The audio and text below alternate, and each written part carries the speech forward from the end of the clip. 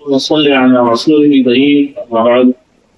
قال الله تعالى في كلامه المجيد والقرآن الحميد: أعوذ بالله من الشيطان الرجيم بسم الله الرحمن الرحيم وما أرسلناك إلا رحمة للعالمين سورة الأنبياء. وعزت محترم حاضرین و سامعین، میرے بھائیوں، عزت دار اور پردہ نشین خواتین، میری ماں اور بہن، آج یہ سیرت رسول صلی اللہ علیہ وسلم کا تیسرا درس ہے۔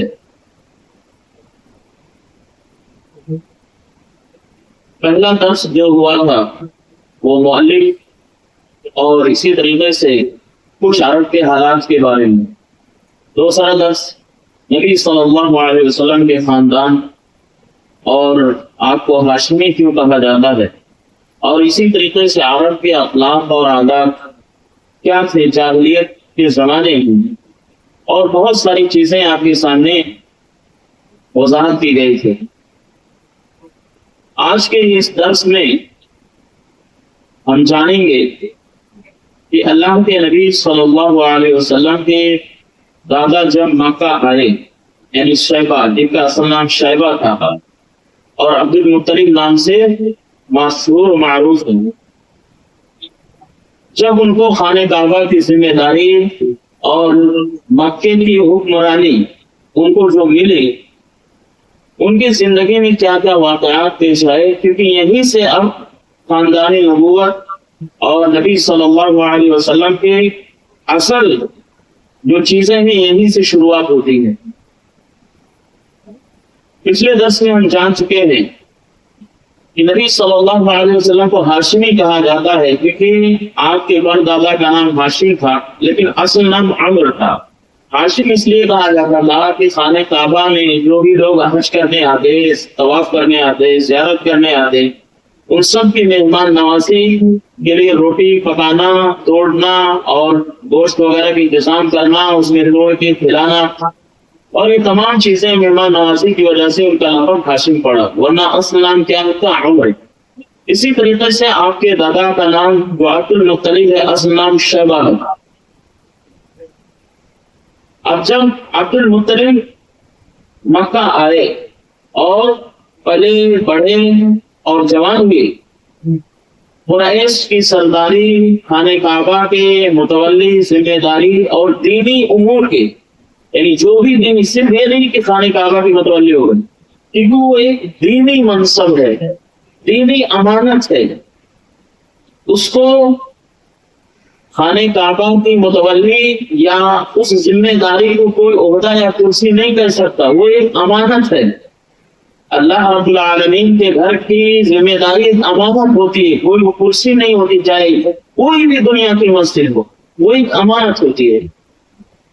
تو اس امانت کو کس طریقے سے انہوں نے انجام دیا، یہاں سے آغاز ہوتا ہے۔ چنانچہ جب وہ خانہ کعبہ کے ذمہ دار اور قریش کے سردار اور دینی امور کے ذمہ دار بنائے گئے، تو ان کی زندگی میں دو اہم واقعات پیش آتے ہیں، دو اہم حصے۔ ایک واقعہ ہے کہ انہوں نے خواب دیکھا کہ جو زمزم کا کنواں ہے وہ ہمیں کھودنے کا حکم ہے۔ اب آپ سوچیں کہ زمزم کا کنواں تو پہلے سے ہی کھودا ہوا تھا، پہلے سے اس میں پانی بھرا ہوا تھا، ہاں، لیکن بیچ میں جو لڑائیاں ہوئی تھی، بیچ میں جو بہت سا فاصلہ ہے، اسماعیل علیہ السلام سے لے کر یہاں تک تقریباً 3500 سال کا فاصلہ ہے، 2500 سال کا فاصلہ، ایک دو دن کا فاصلہ نہیں۔ اب اس کو سمجھنے کے لیے میں آپ کو بہت ڈیپ اور بہت ہی تحقیقی باتیں میں بتانے جا رہا ہوں۔ یہ باتیں آپ کو ادھر ادھر نہیں ملیں گی، اس لیے ان باتوں کی آپ قدر کریں۔ واقعہ یہ ہے کہ سن 587 قبل مسیح، کتنا؟ 587، عیسیٰ علیہ السلام کی دنیا میں آنے سے 587 سال پہلے، یعنی ہمارے نبی صلی اللہ علیہ وسلم کی ابھی کوئی وجود نہیں ہے، عیسیٰ علیہ السلام بھی نہیں ہے، ان سے 587 قبل مسیح کی بات ہو رہی ہے۔ اس وقت کے نبی جو تھے ارمیا علیہ السلام تھے۔ کون سے نبی تھے؟ ارمیا یا یرمیا علیہ السلام تھے، بنو اسرائیل کے نبی ہو۔ واقعہ یہ ہے کہ اسماعیل علیہ السلام کے بعد سے لے کر 2100 سال تک قبیلے بنو جرہم جو ہے خانہ کعبہ اور اس کے آس پاس جو بھی سویلین لوگ رہتے تھے، یعنی جو عوام رہتی تھی، ان کی ذمہ داری، سرداری، بادشاہت، امیر، قائد، جو بھی کہہ لیجیے، قبیلے بنو جرہم ہی ہوا کرتے تھے۔ اسماعیل علیہ السلام کے بعد سے لے کر اسماعیل علیہ السلام کے جو 2 بیٹے تھے، نابک اور قیدار یا نابک، کیونکہ یہ بنو جرہم کی نسل سے آتے ہیں۔ اسماعیل علیہ السلام کی شادی انہی میں ہوئی تھی، تو وہاں سے 2100 سال تک یہی لوگ ذمہ داری یا خانہ کعبہ کے آس پاس جو بھی عوام، جو بھی شہر مکہ تھا، وہاں کے امیر، ذمہ دار، سب کچھ تھے۔ تو پھر اتنے خطرناک اختلافات میں ہوئے۔ اب یہاں سے 587 قبل مسیح جب یرمیا علیہ السلام نبی تھے، اس میں کیا ہے، بخت نصر ایک بہت ہی ظالم شخص بادشاہ گزرا ہے۔ تو ایک فرسٹ بخت نصر اور سیکنڈ بخت نصر، اس نے کیا کیا، بستیوں کی بستیاں جلا دیا لوگوں کو، دشمنی میں، عناد میں، اور ان کو صحیح راستے سے ہٹا کر شرک و کفر میں، یا اگر نیچے کی غلط راستے پر، منمانی راستے پر لانے کے لیے۔ تو ملک شام میں یہ شخص تھا بخت نصر، اور ملک شام کی سرحدیں حجاز، سعودی عرب سے ملتی ہیں، تو وہاں پر بھی بہت سارے فتنے فساد، لوگوں کو نیچا کرنا، اور سرداری کے لیے یہ سب کچھ تھی، یعنی اپنے آپ کو بادشاہ بنانا یا بادشاہ بننا یا چودھری بننے کی یہ ساری خواب تھے، اور کوئی دوسری وجہ نہیں۔ تو جو 2100 سال تک قبیلے بنو جرہم کی نسل کے لوگ جزیرت العرب کے بادشاہت اور خانہ کعبہ کی ذمہ داری، مڈوری، سب کچھ انہی کی نسل میں آ رہی تھی، تو اس نے ظلم و ستم کر کے جو ہے سب کو بہت ہی کمزور کر دیا تھا، مالی اعتبار سے بھی، گھریلو زندگی اعتبار سے بھی، ہر اعتبار سے ان میں بہت کم لوگ رہ گئے تھے۔ ایک معد نامی شخص آئے، انہوں نے قبیلے بنو جرہم کے ایک شخص کی بیٹی سے ان کا نکاح ہوا، اور جو چند لوگ بنو جرہم کے لوگ رہ گئے تھے، ان کی مالی حالت اتنی کمزور ہو گئی تھی کہ وہ جو خانہ کعبہ کے پاس آتے یا زائرین آتے حج عمرہ کرنے کے غرض سے، انہیں کو ان کے مال و دولت لوٹنے لگے، ان کے پاس کھانے پینے کی کوئی چیز نہیں۔ اور اس سے پہلے درس میں نے بتایا تھا کہ بعد میں یمن میں جب تباہی آئی، نعمتیں ختم ہوئی، تو قبیلے بنو خزاعہ آئے، تو یہ لوگ کیا ہے، مکے پر اپنا دبدبہ اور اپنا روب اور اپنی طاقت انہوں نے جمایا، اور جو قبیلے بنو جرہم کے لوگ تھے ان کو یہاں سے نکال دیا، جو 2100 سال تک عرب پر یا خانہ کعبہ یا شہر مکہ پر انہوں نے ایک سرداری لے آئے، امیر ذمہ دار لوگ تھے۔ جب بنو جرہم کے لوگ مکہ شہر سے جانے لگے، تو عمرو بن حارث بن مصاص، یہ 2 ہیں، یاد رکھیے۔ ایک مصاص جو ہے اسماعیل علیہ السلام کے سسر ہیں، اور یہ جو ابھی ذکر ہو رہے ہیں یہ 2100 سال کے بعد کے ہیں، عمرو بن حارث بن مصاص، تو اس لیے دونوں ناموں کو آپ گڑبڑ نہیں کریں گے۔ تو عمرو بن حارث بن مصاص آخری شخص تھا یا آخری قائد رہ گیا تھا بنو جرہم کا۔ تو جب یہ مکے سے نکلنے لگا، تو جو خانہ کعبہ میں تحفے تحائف رکھے ہوئے تھے، کیونکہ جو پرشین امپائر یا وہ جو بہت پہلے سے وہاں پر حکومت آ رہی تھی، وہ خانہ کعبہ کے لیے بہت ساری سونے تحفے میں بھیجتے تھے، بہت ساری چیزیں جیسے جنگی سامان ہو گیا، یا کچھ سونے کی تلوار ہو گئی، یا کہہ لیجیے سونے کی ہرن ہو گئی، یہ تمام چیزیں وہ لوگ بھیجا کرتے تھے۔ تو اس کو کیا ہے، خانہ کعبہ کے پاس رکھا جاتا تھا یا اس کے اندر قیمتی چیزوں کو وہاں پہ رکھ دیا جاتا تھا. تو جب یہ عمرو بن حارث بن مزاز وہاں سے نکلنے لگا تو 2100 سال کی جو اس کی نسلوں میں بادشاہ چلے آ رہی تھی تو اتنی آسانی سے کوئی چھوڑتا نہیں ہے. اتنی آسانی سے اتنے سالوں کی حکومت بادشاہ یا کہہ لیجیے کہ چودراہٹ اتنی آسانی سے نہیں نکلتی. تو جاتے جاتے کیا ہے جو تحفے وغیرہ رکھے تھے یا جنگی سامان تھے یا خانہ کعبہ کے اندر جو بہت سی قیمتی چیزیں تھیں وہ زمزم کی کنویں میں ڈال کے اوپر سے مٹی وغیرہ ڈال کے اس کو بند کر دی.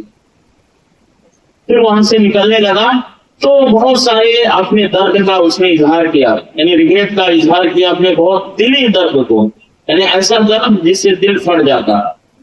تو پھر اس کے جو اظہار خیال ہے یا جو دل کی باتیں ہیں وہ مؤرخین نے ذکر کیا, جنہوں نے ہسٹری لکھی ہے.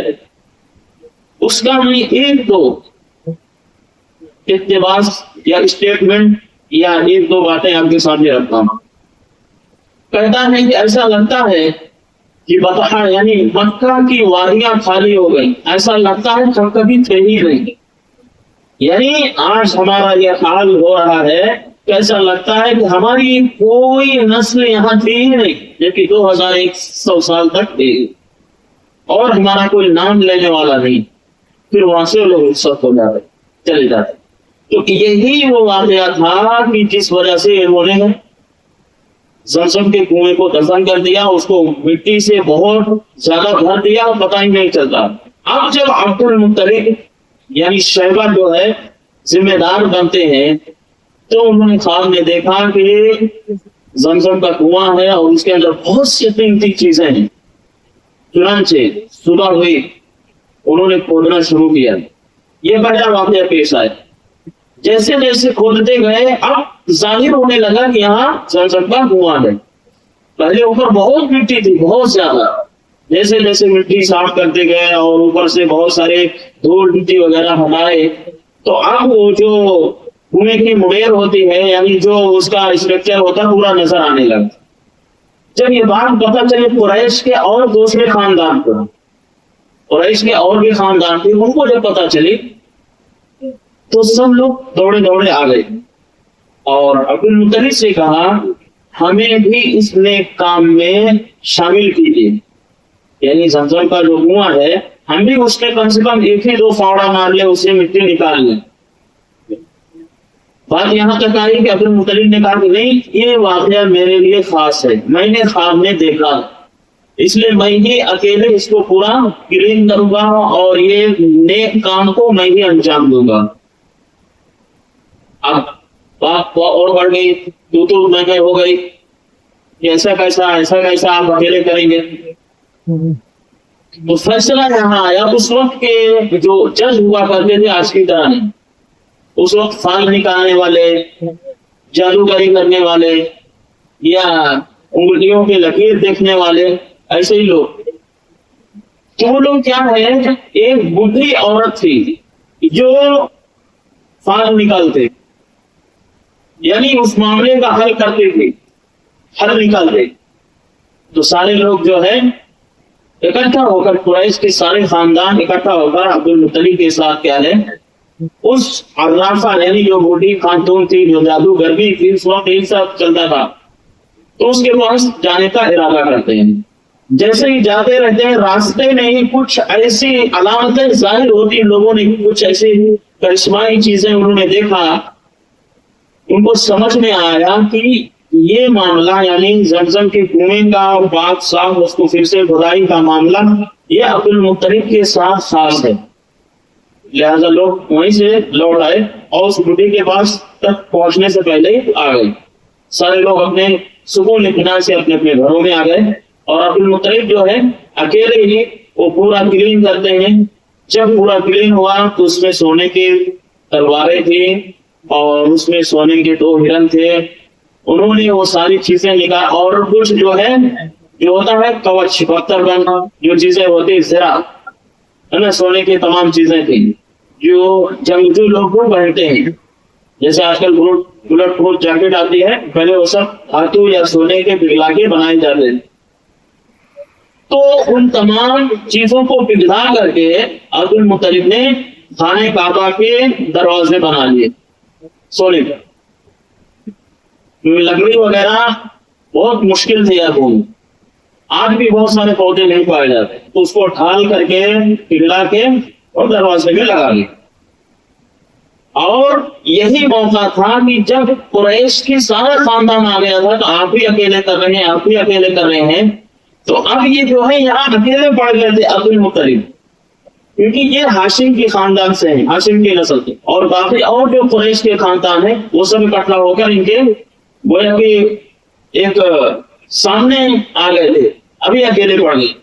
تو یہی وہ موقع ہے جب عبد المطلب نے کہا کہ اگر اللہ رب العالمین نے ہمیں 10 اولاد دیے اور وہ سب جوان ہوئے اور وہ میری دفاع یعنی میرے ساتھ کھڑے ہو کر کے مقابلہ کرنے کے لائق ہوئے, تو میں جو ہے ایک اپنے بیٹے کو خانہ کعبہ کے لیے نظر میں ذبح کر دوں گا. یہی وہ موقع تھا. چنانچہ ان کی شادی ہوئی فاطمہ نامی لڑکی سے, شادی ہوئی اور ان کے 10 بچے بھی ہوئے اور 6 بچیاں. کچھ لوگوں نے کہا کہ نہیں 13 بیٹے تھے, حقیقت یہ کہ 10 بیٹے تھے, بلکہ جو 2 اور بیٹے تھے ان کے آڑا نام تھے جس کو آپ بولتے سر نیم سے, کسی نے ان کو 2 شمار کر لیے. اکثر مورخین اور تاریخ لکھنے والوں نے 10 کا ہی ذکر کیا ہے, کچھ لوگوں نے کیا 13 لڑکوں کا ذکر کیا ہے, اور جنہوں نے کہا کہ 10 ہی اولاد یعنی 10 مرد بچے تھے, انہوں نے کہا کہ 2 بچوں کے ایک نام کچھ اور تھا اور لوگوں میں مشہور کسی اور نام سے تھے, تو انہوں نے اس کو الگ اولاد سمجھ لی اور 6 بچیاں. تو اس طریقے سے اب یہ نظر مان چکے ہیں کہ میں اپنے کسی ایک بچے کو نذرانے کے طور پر خانہ کعبہ کے لیے میں ذبح کرتا ہوں, اللہ رب العالمین کے لیے خانہ کعبہ کے پاس میں ذبح کروں گا. یعنی نظر تو اللہ رب العالمین کے نام سے مانگا, ایسا نہیں خانہ کعبہ کے لیے, کہا کہ میں اللہ کے لیے اپنے بچے کو نذرانے کے طور پر ذبح کروں گا. 10 بچے ہو گئے. اب سارے بچے بڑے ہوئے, جوان ہوئے. ان میں سے عبداللہ یعنی جو نبی صلی اللہ علیہ وسلم کے والد ہیں, یہ سب سے خوبصورت اور جسم ان کا بہت ہی مطلب کہہ لیجیے کہ ایک حساب سے, ایسا نہیں کہ کوئی بھی چیز دیکھنے میں عجیب لگے, نہیں, بہت ہی پرفیکٹ, بہت ہی بہترین طریقے سے ایسا لگتا ہے تھا کہ جیسے بہت ہی سجاوٹ اور بہت ہی بہترین طریقے سے یہ ایسے تیار ہو گیا ہے. خوبصورتی بہت, جوان بھی. تو اب نظر کو پورا کرنے کی بات آئی, کیونکہ جب آدمی جب نظر مان لیتا ایک کام کی تو اس کو پورا کرنا واجب ہوتا, چاہے نظر کے روزے ہو یا نظر کے کوئی ذریعہ ہو, وہ اللہ رب العالمین کے لیے اگر ہے تو اس کو پورا کرنا چاہیے نیک کام کے لیے. تو اب کیا ہے, بات یہ آئی کہ اس کو کیسے پورا کیا جائے. پھر وہی طریقہ, کیا کسی بوڑھی عورت کے پاس جانا, کسی جادوگر کے پاس جانا, کسی فال نکالنے والے کے پاس جانا. تو ایک فال نکالنے والے کے پاس گئے. آج بھی بہت سارے مسلمان بھی یہ حرکتیں کرتے ہیں, حالانکہ یہ بہت بڑا گناہ ہے فال نکالنا, یہ چیزیں کرنا اور اس طریقے سے. تو فال نکالنے والے کے پاس جب گئے تو اس نے کچھ تیروں کو اس طریقے سے مکس کر کے فال نکالے 10 بچوں کے ناموں میں سے. تو عبداللہ کا نام آیا. 2-3 بار اس نے اسے فال گھمائے, تیر گھمائے اس طریقے سے, تو نبی صلی اللہ علیہ وسلم کے والد محترم عبداللہ کا ہی نام آیا. اب کیا ہے, بار بار جب نام آ رہا ہے تو جس کا بھی نام آئے گا اسی کو وہ ذبح کرنے کے لیے لے کے چلے جا. عبد المطلب چونکہ فوراً ہی ان کو اپنے ساتھ لے کے جاتے ہیں نذر کرنے کے لیے, ذبح کرنے کے لیے عبداللہ کو. جو عبداللہ کے نانی کے گھر والے تھے یعنی ننیحال کے لوگ تھے, انہوں نے کہا کہ ایسا نہیں, آپ ایسا نہ کریں. اور اسی طریقے سے ان کے بھائی ابو طالب تھے, طالب بھائی ہیں عبداللہ کے, حضرت حمزہ بھی بھائی ہیں, عباس بھی بھائی ہیں, یہ سب سگے بھائی. تو کہا کہ آپ ایسا نہ کریں, بلکہ ایک خاتون ہے, ایک بوڑھی عورت ہے جو اس معاملے کا حل نکالی. اور کیسے؟ وہی اپنے پرانے طریقے سے پھل نکالنا، جادوگری کرنا، یہ تمام چیزوں کے ذریعے سے. چنانچہ اس کے پاس گئی اور جو عبداللہ کے نانی کے گھر والے تھے انہوں نے ایک مشورہ دیا اور ابو طالب بھی اس میں تھے. مشورہ کیا تھا کہ آپ 10 اونٹوں کو ساتھ میں لے کے جائیں، 10 اونٹ بھی اور عبداللہ کو بھی ساتھ میں لے جائیں. کیوں اونٹوں کا کیوں ذکر کہا؟ کہ اونٹوں کا نام لکھ کے اور عبداللہ کا نام لکھ کے اس طریقے سے اس کو گھمایا جائے، اور اگر اونٹوں کا نام آتا ہے تو اونٹوں کو ذبح کر دیا جائے، اگر عبداللہ کا نام آتا ہے پھر 10 اونٹ بڑھا دیں گے. یعنی ہم 10 اونٹ بڑھاتے رہیں گے جب تک کہ اونٹوں کا نام نہ آ جائے. پہلے کیا ہوا تھا؟ بار بار عبداللہ کا نام آتا. یہاں بھی گئے اس بڑھی عورت کے پاس تو وہاں بھی اس نے کچھ تیروں کو ہلایا اور پھال نکالا، کہا عبداللہ کا ہی نام ہوا. تو کہا کہ جب تک عبداللہ کا نام آتا ہے نذرانے کے طور پر، ذبح کرنے کے طور پر، آپ 10 اونٹ بڑھاتے رہیں گے. اس طریقے سے ایک بار آیا، 2 بار آئے، پھر 10 اونٹ، پھر 10 اونٹ، یہاں تک کہ جب 10 بار ہو گیا اور 10 ملا کے 10 کتنا ہو گیا؟ 100 اونٹ ہو گئے. تو اس بار کیا ہے؟ اونٹوں کا نام آیا. نام کا مطلب یہ نہیں کہ 100 کے 100 کے اونٹ کے نام لکھے ہوئے تھے، مطلب اونٹ والی جنس. جب اونٹ والی پرچی آ گئی، 100 اونٹ پورے ہو گئے تو عبد المطلب نے اونٹوں کو وہاں ذبح کیا، اور بھی لوگ رہے ہوں گے ذبح کیے ہوں گے. تو جو لوگ کیونکہ وہ نذر کا گوشت ہے عوام کے لیے، سب کے لیے وہاں رکھ دیا، جو بھی آتا لے جاتا کھاتا پیتا. تو بہرحال یہی چیز جو ہے آج بھی اگر کوئی شخص کسی کو قتل کر دے، اسلام میں بھی یہی سزا برقرار رکھی گئی. اگر کوئی شخص کسی کو قتل کر دیتا ہے تو اس کے 3 راستے ہوتے ہیں. یا تو جان کے بدلہ جان، یعنی اگر اسلامی حکومت ہو تو، ورنہ ہم اپنی طرف سے جا کے کسی کو ایسا کرتے رہے تو ایسا نہیں. حاکم وقت صحیح العقیدہ اور قرآن سنت کے مطابق فیصلہ کرے گا تو جان کے بدلے جان. یا اس ہے کہ جس کو قتل کیا گیا اس کے گھر والے معاف کر دیں، دوسرا آپشن. تیسرا آپشن یہ ہے یا تو اس کا بدلہ تو جان کا نہیں ہو سکتا، جو اولاد چلی گئی، لیکن پھر بھی اس کا ایک جرمانے کے طور پر، تاکہ کوئی اس کی جرات نہ کر سکے. 100 اونٹ. اب آپ دیکھیں ایک بھینس یہاں 1 لاکھ کی مل رہی ہے نا، 1 لاکھ اور وقت یعنی 1,64,000 یہ ایسے روپے کی مل رہی ہے. تو اونٹ جو بہترین قسم کا نسل کا اونٹ ہو وہ تو 1 لاکھ سے زیادہ کا ہی ہوگا. اور اس دور کے عرب میں اونٹ ہی، جیسے آج کل آپ بڑی بڑی گاڑیاں لیمبورگینی وغیرہ سمجھے، اس حساب سے اونٹ کی اہمیت تھی، کیونکہ وہی سواری تھی، وہی ساری چیزیں، تو بہت اہمیت تھی. اور ایسے 100 ایک نہیں 100 کئی کروڑ ہو جاتے اگر دیکھیں گے، حساب لگائیں گے تو یہ سزا برقرار رکھی گئی. تو یہ پہلا واقعہ پیش ہے. یہی وجہ ہے کہ نبی صلی اللہ علیہ وسلم کہا کرتے تھے میں تو ذبح کیے ہوئے باغوں کی اولاد ہوں. 2 کہاں سے آئے؟ پہلا یہ ہے کہ اسماعیل علیہ السلام کی نسل میں کوئی اور نبی نہیں ہوا. اسحاق علیہ السلام کی نسل میں جتنے بھی انبیاء بنو اسرائیل تھے سب انہی کے نسل میں زیادہ تر نبی ہوئے عیسیٰ علیہ السلام تک. اسماعیل علیہ السلام جو تھے ان کی نسل میں ایسا کوئی ذکر نہیں ملتا ہے کہ اسماعیل علیہ السلام کے بعد نبی صلی اللہ علیہ وسلم کے بیچ میں ان کی نسل سے کوئی نبی آئے.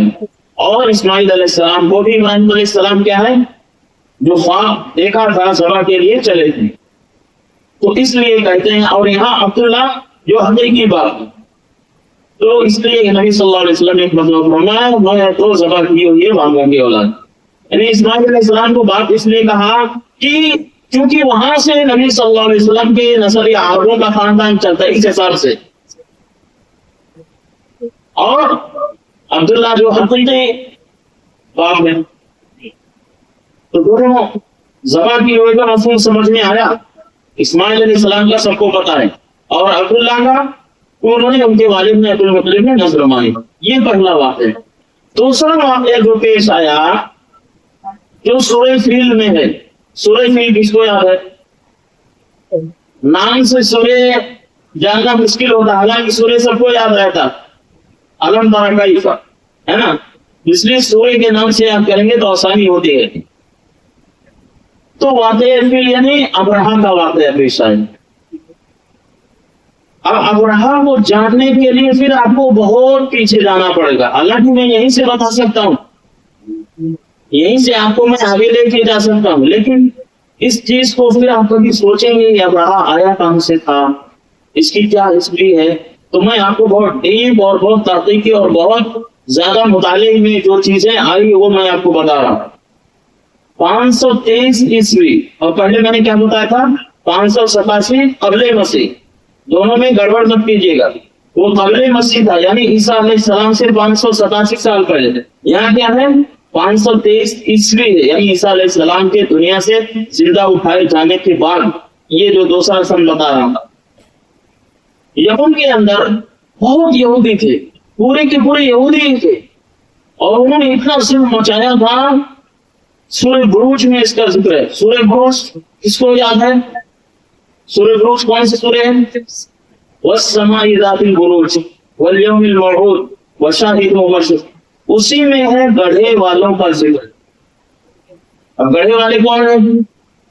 آپ سنے ہوں گے بیانات میں، کانفرنس میں، لیکن وہ کانفرنس سے سنے کان سے نکل گئے۔ گڑھے والوں میں کیا ہے کہ وہی کا واقعہ ہے کہ وہاں کا جو بادشاہ تھا، میں نے کہا کہ یمن میں یہودی پورے اے ٹو زیڈ ہو چکے تھے اور وہ کرسچینٹی کو ختم کرنا چاہتے تھے، یہودیت میں لانے کے لیے نصرانیت کو، عیسائیوں کو مارتے تھے، جو یہودیت قبول نہیں کرتا تھا اس کو جلاتے تھے، یہاں تک کہ انہوں نے ہر راستے کے کنارے بڑے بڑے گڑھے کھود دیے۔ اب سمجھ میں آئے واقعہ؟ بڑے بڑے گڑھے کھود دیے تھے، اس میں آگ لگا دیے تھے، اور کچھ بڑے بڑے جو ہے پتیلے یعنی بڑا بڑا برتن رکھ کے اس میں تیل بھی بوائل کر دیے تھے، جو یہودیت نہیں قبول کرے گا اس میں اس کو ڈالیں گے، جلائیں گے۔ تو یہی بات ہے والسماء ذات البروج میں ذکر ہے، یہی بات ہے، اس میں ڈال دیا کرتا تھا۔ تو واقعہ یہ ہوا جب بہت زیادہ اس کا ظلم ہو گیا، ادھر رومیوں نے یعنی رومن امپائر جو کرسچن لوگ تھے، ان کا جو اصل حکومت تھا تو روم کے اندر تھا، تو انہوں نے جب دیکھا کہ ہمارے لوگوں پر یعنی ان کے دھرم مذہب پر ظلم ہو رہا ہے، تو انہوں نے مشورہ کر کے حبشہ، کیونکہ یمن سے قریب پڑتا ہے، بیچ میں سمندر ہے، ادھر یمن ہے، ادھر ایتھوپیا ہے یعنی حبشہ ہے، تو حبشہ کے اندر اپنا آدمی بنانے کی کوشش کی۔ آج بھی حکومتیں کرتی ہیں، کسی ملک کے اندر اپنا وفادار یا اپنا رازدار بیٹھا دیتے ہیں، اس کے ذریعے سے پھر ملک کو اپنے حساب سے چلاتے ہیں۔ تو وہاں پر کیا ہے، اپنے لوگوں کو تیار کیا اور بھاری مقدار میں کرسچن لوگوں کو، فوجیوں کو بھیجا وہاں پر، یمن کے قریب جو ایتھوپیا یعنی جو حبشہ وہاں پر۔ تو وہاں پر جو ہے ایک فوجی کمانڈر تھا جو پورے کے پورے ایتھوپیا کو کنٹرول کرتا تھا، کیونکہ یہ جو ہے کرسچن والی آبادی تھی بہت زیادہ، بیچ میں سمندر ہے، کوئی بڑا سمندر نہیں، سمندر کا ایک حصہ ہے، پتلا حصہ ہے، اور اس کے بعد یہ من ہے۔ اس کے بعد کیا ہوا یہ کہ وہاں پر اس طریقے سے کرسچینٹی بہت زیادہ پھیلتی گئی۔ مقصد یہ تھا کہ یمن کے اندر اپنے مذہب پر ہونے والے ظلم کو کنٹرول کرنا، تو کنٹرول کرنے لگا، لیکن ابرہا کو یہ چیز برداشت نہیں ہوئی، حالانکہ یہ بھی کرسچن تھا۔ یہ کیا سوچتا تھا، میں خود جو ہے ایتھوپیا کا بادشاہ بنوں گا یا کمانڈر۔ اس نے پہلے والے کمانڈر کو قتل کر کے وہ کرسی پہ بیٹھ گیا۔ اب سمجھ میں آئی اسی بات۔ تو جب یہ کمانڈر بنا ایتھوپیا کا، حبشہ کا، تو اس نے عیسائیت پھیلانے کے لیے بہت ہی زیادہ ایکسٹریمٹ یعنی بہت حد سے زیادہ گزر گیا۔ جیسے یمن کے اندر یہودیوں نے کیا، ویسے اس نے ایتھوپیا کے اندر بہت زیادہ جو ہے اپنے کرسچینٹی یا عیسائیت پھیلانے کے لیے رات و دن محنت کرنے لگے، اپنے لوگوں کو لگا دیا اور جاسوسوں کو لگا دیا، سب کو لگا دیا، سب جتنا بھی کوشش ہو سکتی تھی۔ یہاں تک کہ اس نے عربوں نے سنا کہ وہاں پر خانہ کعبہ ہے، لوگ سال میں حج کرنے آتے ہیں اور عمرہ کبھی بھی کرنے آتے ہیں، وہاں پر ان کا اجتماع ہوتا ہے۔ تو اس نے سوچا کہ ہم حبشہ کے اندر، ایتھوپیا کے اندر کیا ہے، ایک ایسا چرچ، ایسا گرجا بنائیں گے اور لوگوں کو ہم مجبور کریں گے کہ لوگ یہاں پہ بھی وہی بھیڑ آئیں۔ یا جو یمن کے لوگ وہاں جاتے ہیں خانہ کعبہ میں حج کرنے جاتے ہیں ان کو ہم یہاں رہنے پر مجبور کریں گے. اور مقصد کیا تھا؟ عیسائیت کو پھیلانا. تو کیا ہوا کہ جب عرب کے کسی آدمی کو پتا چلا کہ اس کا مقصد یہ ہے کہ خانہ کعبہ سے لوگوں کو دور کر کے اپنے اس چرچ میں لانا اور ان کو عیسائی بنانا، تو عرب کے خاندان شاید قبیلے بن نظار میں ایک آدمی کو معلوم پڑا اور رات میں جا کر اس میں پیخانہ کر دیا، دیواروں وغیرہ میں ایسا وہ لگا دیا پیخانہ. لگانے کے بعد کیا ہے کہ جب معلوم ہوا ابرہہ کو تو اس کو بہت زیادہ غصہ، بہت زیادہ ناراضگی اور بہت ہی زیادہ تکلیف ہوئی.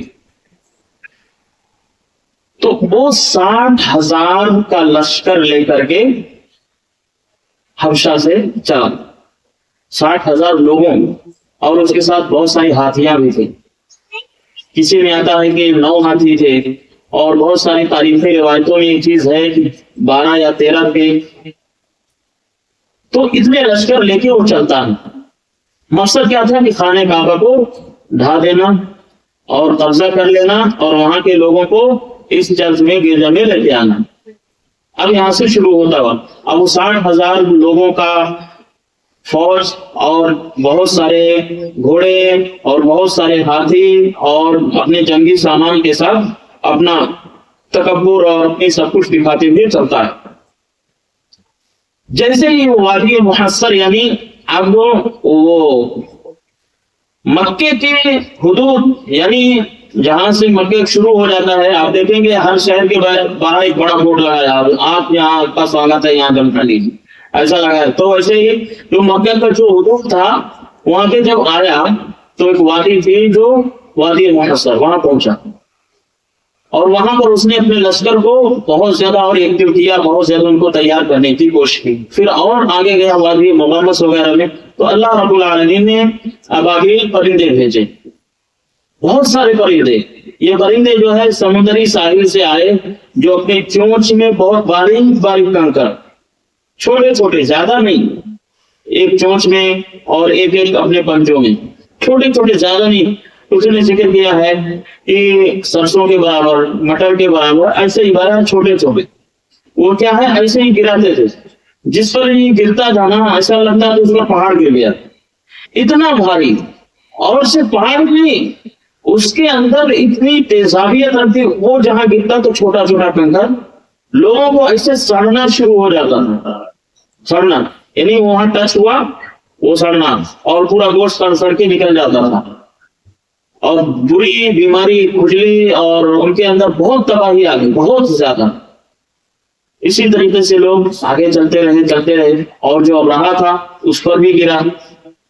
اب نتیجہ کیا ہوا کہ لوگ بھاگنے لگے اور ہاتھیوں نے بھی ایک دوسرے کو کچلا، لوگ ایک دوسرے پر کیوں چڑھ کے، اور اس طریقے سے بہت سارے لوگ ایسے ہی ختم ہو گئے اور ان کے گوشت اور ان کی چیزیں نکل دے رہی، یعنی سزا. یہاں تک کہ ابرہہ بھی پہنچتے اس کی بھی ساری نسیں اور ہڈیوں کے اندر گولے نکل رہا، وہ دیکھ رہے. اور پھر پہنچنے سے پہلے جو ہے وہاں یعنی حبشہ پہنچنے سے، یہیں سے وہ راستے سے بھاگنے لگے، وہ لوگ پہنچنے سے پہلے ہی وہاں لوگ سڑ کے گل کے زندہ سڑ کے وہاں سے مر گئے، ختم ہو گئے. تو اللہ رب العالمین نے یہ پرندوں کے ذریعے سے لوگوں کو یہ بتا دیا کہ خانہ کعبہ بہت بہت عظیم چیز ہے.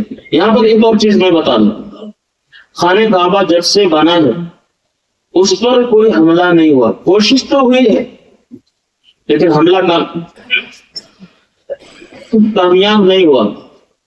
اس کے بالمقابل جو بیت المقدس ہے، یعنی جو فلسطین میں مسجد اقصی ہے، اس پر کئی حملے ہوئے ہیں، 10 یوں. موسیٰ علیہ السلام کے زمانے میں بھی حملہ ہوا. آپ شاید اگر واقعہ سنے ہوں گے تو موسیٰ علیہ السلام اپنے قوم سے کہتے ہیں کہ چلو خانہ کعبہ کے پاس جو ہمارے پاس ظالم قوم ہے ان سے لڑو، اور خانہ کعبہ کے پاس نہیں، مسجد اقصی کے پاس ذرا دھیان کریں، نہیں تو ٹیک لگا کے سوتے رہیں گے. تو مسجد اقصی کے پاس ظالم لوگ قبضہ کر چکے تھے. تو موسیٰ علیہ السلام نے قوم سے کہا کہ چلو بھائی آزاد کرو، لڑو. تو قوم نے کیا کہا پتا ہے، جب تمہارا رب لڑ لو، جب لڑ لو گے ہمیں بتانا. اس کے بعد بھی بہت سارے حملے ہوئے مسجد اقصی پر، کئی بار جو ابھی فائنلی شکل میں جو دکھتا ہے وہ ایک گنبد اور وہ جو بلڈنگ دکھتی ہے وہ امیر معاویہ رضی اللہ تعالیٰ عنہ کے بعد کے خلفاء نے اس کو بنایا ہے. اس شکل میں جو ابھی شکل میں جو دکھتا ہے اس کے بعد کا ہے، ورنہ کئی بار اس پر حملے ہوئے بہت زیادہ. نبی صلی اللہ علیہ وسلم کے بعد میں عمر فاروق رضی اللہ تعالیٰ عنہ کے زمانے میں بھی بہت سارے لوگ وہاں پہ رومیوں نے قبضہ کر لیا. اسی طریقے سے بہت بعد میں بھی صلاح الدین ایوبی کا بھی نام آپ سنتے ہیں. تو بہرحال اس پر بہت حملے ہوئے. خانہ کعبہ پر بھی کوشش ہوئی لیکن کامیاب نہیں ہوئی. 1980 میں جب ایران وغیرہ میں انقلاب آیا تو ایرانیوں نے خانہ کعبہ پر قبضہ کرنے کی کوشش کی تھی. آپ کو شاید بھی علم میں نہیں ہے.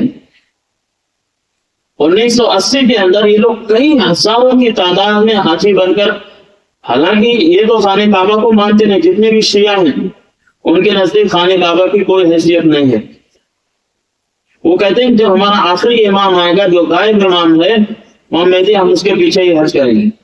تو یہ کیا ہے، حاجی بن کے جا کے وہاں پہ فساد مچانے کی نیت سے کئی ہزار حاجیوں کو انہوں نے شہید کیا تھا. کئی ہزار. اب اتنا زیادہ اسلحے اور گن کے ساتھ وہاں پر ساری چیزیں توڑ پھوڑ کی اور لوگوں کو مارا پیٹا بہت زیادہ. تو وہاں کے حاکم اپنے شاید شاہ خالد اس وقت تھے بادشاہ، انہوں نے مشورہ کیا اور پانی بھر دیا اور کرنٹ دوڑا دیا. کئی ہفتوں تک جو ہے یہ لوگ وہاں پہ رہے اور اس طریقے سے ان کو پھر بعد میں ان کو سزا دی گئی. تو بتانے کا مقصد اس کے بعد بھی 2019 میں بھی انہوں نے کوشش کی اور آج بھی جو چیزیں چل رہی ہیں ان کا مقصد وہی ہے کہ گریٹر ایران بنانے کا، پرشیا بنانے کا. وہ ایک الگ ٹاپک ہے، میں کبھی اس پر تفصیل سے بتاؤں گا، لیکن حملہ کرنے کی کوشش بہت ہے، کامیاب نہیں ہوگی. اور نبی صلی اللہ علیہ وسلم نے بھی حدیث میں اشارہ کیا ہے کہ دجال بھی شیطان بھی بہت کوشش کریں گے لیکن وہ کامیاب. یہ صرف خانہ کعبہ اور مسجد نبوی جو حدود ہے اس کی حفاظت کی بات کہی گئی تھی، باقی عرب ایریا کی نہیں. کوشش کریں گے لیکن کامیاب نہیں گے. ہاں لیکن وسوسہ دلانے کی کوشش کریں گے، حملہ کو نہیں کر سکتے. تو بتانے کا مقصد ہے کہ اس وقت بھی ابرہہ جو ہے ناکام ہوا اور لوٹ گیا. اور جو وہاں کے لوگ رہنے والے تھے خانہ کعبہ کے آس پاس جو مکے کے لوگ تھے، سب جب ابرہہ کی فوج کو دیکھتے ہیں تو وہاں سے نکل کر پہاڑوں کے جا کے وہاں چھپ جاتے، دیکھتے رہتے کیا ہوتا ہے. تو وہ سب رہتے. پھر جب دیکھتے ہیں کہ کچھ نہیں ہوا، سارے لوگوں کو یہ بات معلوم ہو گئی کہ خانہ کعبہ کے آس پاس یا سوچنا بھی کسی کے لیے ہلاکت کا سبب ہو سکتا ہے. یعنی کوئی اگر سوچتا بھی ہے اس پر اس طریقے سے کرنے کا تو اس طریقے سے تباہ ہو جائے گا. اور نبی صلی اللہ علیہ وسلم نے بھی ارشاد فرمایا قیامت کے قریب خانہ کعبہ پر حملہ کرنے کے لیے بہت بڑا فوج آئے. یہ بھی حدیث ہے. لیکن وہ کیا ہے، اور کہا کہ وہ چھوٹے چھوٹے لوگ ہوں گے فتنہ مچانے والے، اور لیکن وہ زمین میں دھسا دیے جائیں گے پہنچنے سے پہلے. یہ بھی ہے. تو واقعہ آپ سمجھ گئے. اس کے بعد کیا ہوا، جب یہ خبر پہنچی روم اور فارس میں تو سارے کے ساتھ، کیونکہ سپر پاور اس وقت یہی دو حکومتیں تھیں، اور سب اس حملے سے پیچھے ہٹ گئے اور سب کے سب اپنے اپنے اور جو بھی کام تھے، جو بھی ان کی فوجی چیزیں تھیں اس میں مشغول ہو گئی. یہ دو واقعہ عبد المطلب کی زندگی میں پیش آئے. اس واقعے کے بعد خانہ کعبہ جب محفوظ رہا تو اس کے بعد کیا ہے، ایک اور اہم واقعہ پیش آتا ہے. اب اس کی سرے سے تعمیر اور اس کو صحیح طریقے سے بنانا، کیونکہ بہت کافی دن ہو گیا تھا، اس کی دیواریں بھی کمزور ہو گئی تھی. اور یہ ہے کہ اس میں بہت سارا دراڑ آ گیا تھا، یعنی پھٹ چکی تھی دیواریں، بارش وغیرہ ہوتا تھا، آج کی طرح اتنی اونچائی اور اس کے آس پاس یہ ساری چیزیں تھی نہیں، بارش بہتے بہتے کہاں سے پورا آتا تھا. تو اس واقعے کو جاننے سے پہلے ابھی ہم دیکھیں گے کہ عبداللہ یعنی نبی صلی اللہ علیہ وسلم کے والد کے تعلق سے بھی بات چلی تھی. پہلا واقعہ، یہ دو واقعہ. پہلا واقعہ کیا ہوا تھا کہ انہوں نے نظر مانا تھا کہ اگر اللہ نے ہمیں 10 بیٹے دیے، ہم اللہ کے نام پہ ایک بیٹے کو جو ہے نذرانے کے طور پر ذبح کر دیں گے. تو بار بار کیا ہے عبداللہ کا نام نکلتا تھا. اب یہاں پہ ایک چیز غور کیجیے گا، یہیں سے پوائنٹ آپ کو سمجھ میں آ گیا. ابراہ کا واقعہ ختم ہو گیا، بس یہیں تک تھا اس کا. اب یہاں سے اصل سیرت شروع ہوگی. تو آپ اس کو جان لیں کہ عبداللہ جو ہے قریش میں بہت زیادہ خوبصورت اور عبد المطلب کے نسل میں سب سے زیادہ چہتے اور عزتدار اور بہت کچھ خوبیاں تھی، بس اتنا سمجھ لیجیے۔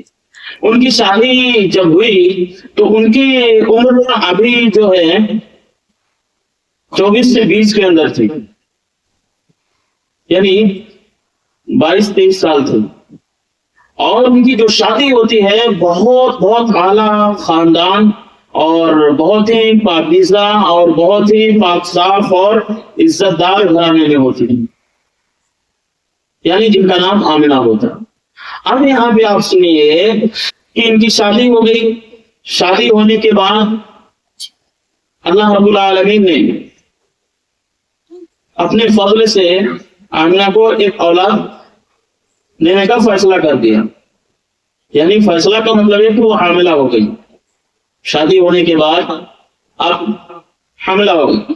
اب یہاں پر بات آتی ہے کہ دو باتیں آپ یاد رکھیں۔ پہلی بات یہ ہے کہ مورخین نے لکھا ہے کہ عبد المطلب یعنی جو نبی صلی اللہ علیہ وسلم کے دادا عبداللہ کے والد ہیں، انہوں نے عبداللہ کو مدینہ بھیجا تھا، مدینہ سے کھجور لانے کے لیے، تو وہ مدینہ سے لوٹتے ہوئے ہی راستے میں انتقال ہو گئے۔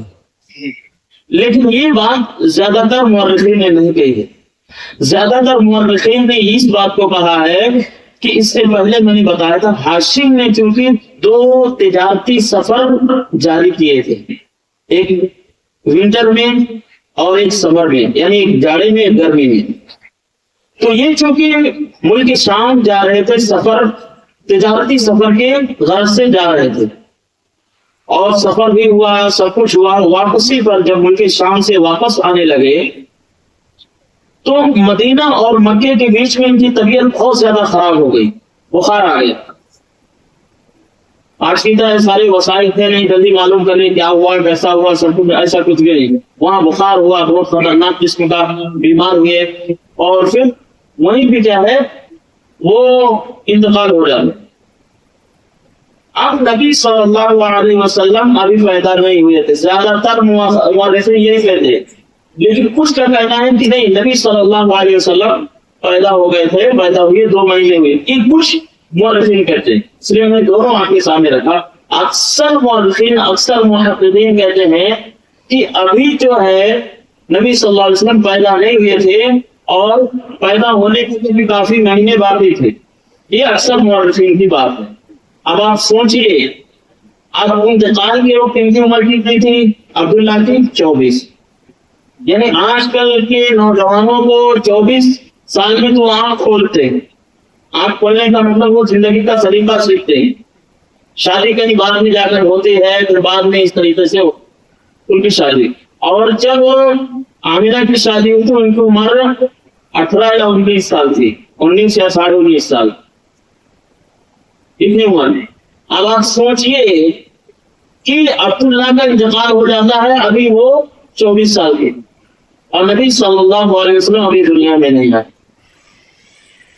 اب جب یہ وفات کی خبر مکے میں پہنچی آمنہ تک، تو انہوں نے بہت درد والے کچھ اشعار کرے، بہت درد۔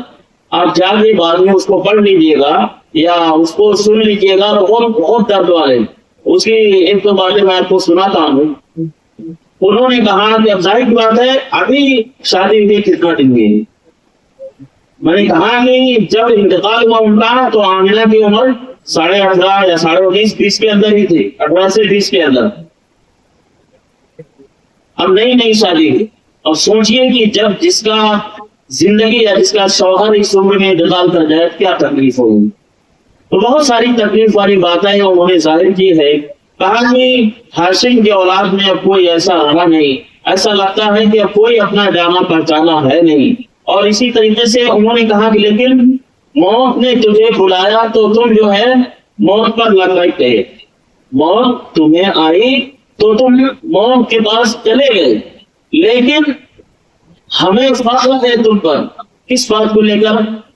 فخر یہ ہے کہ تمہارے جو اخلاق تھے موت کو چھین نہ سکے۔ نہیں سمجھے آپ؟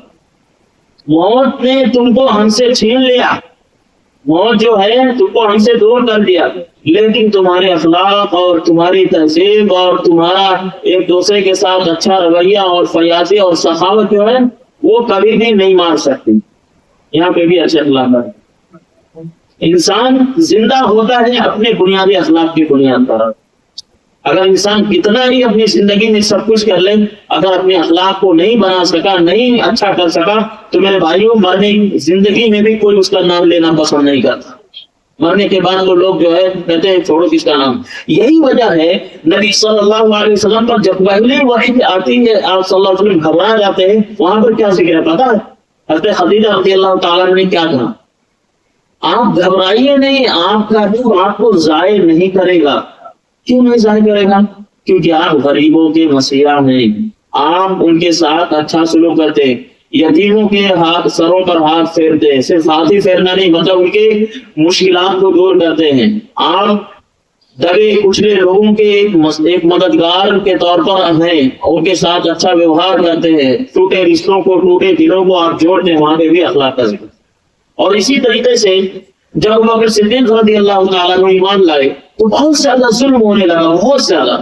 تو ایک مرتبہ ان کے دل میں خیال آیا، میں یہ اخلاق کی بات بتا رہا ہوں کہ مکے سے نکل کے کہیں اور چلے جاتے ہیں، جیسے ہی مکے سے نکل کر سرحد پر جانے لگتے ہیں تو مکے کا ایک شخص تھا ابن عبدالغنہ، اس نے کہا کہ آپ جیسا آدمی اگر چلا جائے گا مکے سے تو پھر کون رہے گا؟ آپ اتنے بہترین ہیں اخلاق والے، وہاں پہ بھی اخلاق کا ذکر۔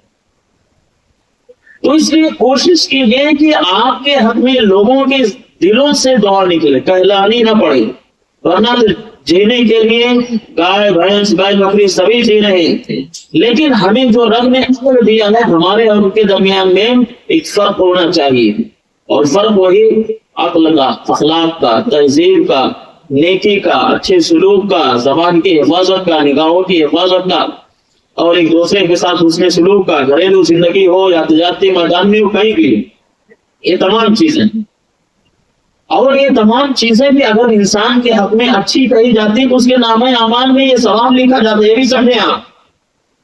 ایک واقعہ میں بتا دوں، بس ایک حدیث کی طرف اشارہ کر دوں، کیونکہ جب اخلاق کی بات آئی، نبی صلی اللہ علیہ وسلم بھی ایک جنازے میں شریک تھے، جنازہ جا رہا ہے کسی کا، اور جس گلی سے جس ایریے سے جا رہا ہے تو وہاں پہ بھی لوگ ہیں۔ نبی صلی اللہ علیہ وسلم نے پہلی بار کہا وجبت، صحابہ کرام نے کہا کہ وجبت کا مطلب کیا چیز واجب ہو گئی تھی؟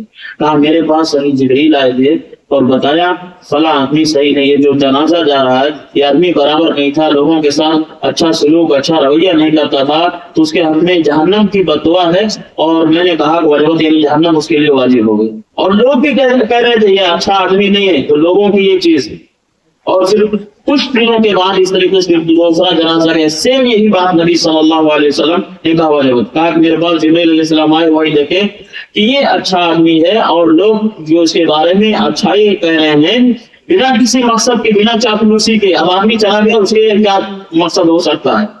تو اس کے اخلاق زندہ قومیں اپنے اخلاق اپنے وراثت، اس سے مراد مال و دولت میں اپنے اخلاقی اور اپنے علم کی بنیاد پر وہ زندہ رہتی ہیں۔ بہرحال بتانے کا مقصد یہ کہ میرے بھائیوں کہ آمنہ نے اپنے شوہر کے انتقال کے وقت بہت سارے درد بھرے اشعار کہے ہیں۔ اب آپ سوچئے کہ جس بیوی کا یا جس عورت کا شوہر بھری جوانی میں انتقال کر جائے تو پھر کتنی بڑی مصیبت ہو سکتی ہے، کتنی بڑی مصیبت ہو سکتی ہے۔ اس کے بعد انشاءاللہ پھر بتائیں گے نبی صلی اللہ علیہ وسلم کی پیدائش ہوتی ہے، پھر اس وقت کیا حالات ہوتے ہیں، ان کی والدہ کتنا زندہ رہتی ہیں، پھر وہ انشاءاللہ ہم بتائیں گے۔ بہرحال ٹائم ہو چکا ہے، اللہ رب العالمین سے دعا ہے کہ اللہ تعالیٰ ہم سب کو نبی صلی اللہ علیہ وسلم کی سیرت سننے، اس پر عمل کرنے اور اپنی زندگی کو سنوارنے کی توفیق عطا فرمائے۔ آمین۔ وآخر دعوانا الحمدللہ رب العالمین۔